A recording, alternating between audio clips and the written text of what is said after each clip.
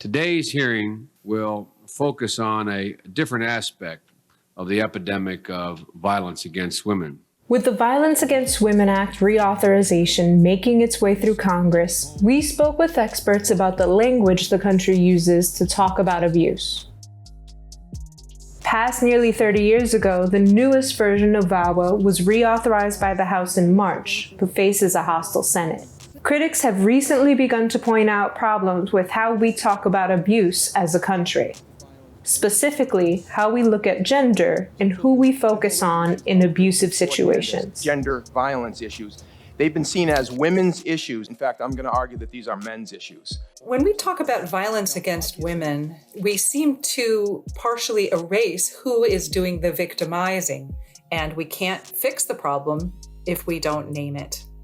I also vacillate back and forth about why do we keep reauthorizing? Why can't we just, because it gives us that chance to take a deeper dive. I do believe that as time goes on, we really need to take a look at our language. I don't necessarily consider it passive, but I do think it can be confining. The House's reauthorization has, among other things, broadened protections for the LGBT community. I think as long as we're ensuring that those services are readily available for people who don't identify as cisgender women, I'm not sure that a title change is needed, but I do think we need more education. The bill forces domestic violence shelters to house biological males. Because for so long, whether you had male identified survivors of sexual assault, trans or non-binary individuals, when we think about who fits the definition of survivor, those identities might not be reflected. So I think that's really about community education. Do you think that the way that policy is written affects how we as a society talk about the issue? Not every community sees that policy, right? The survivor hasn't seen that policy language.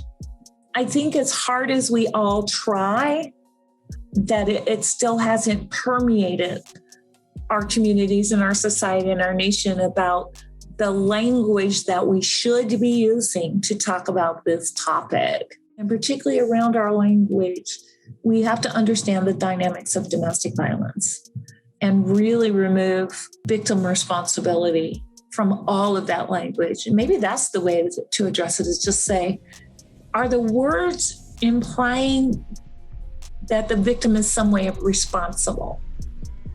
I mean, that goes back to the original premise that, the Violence Against Women Act, is that too passive?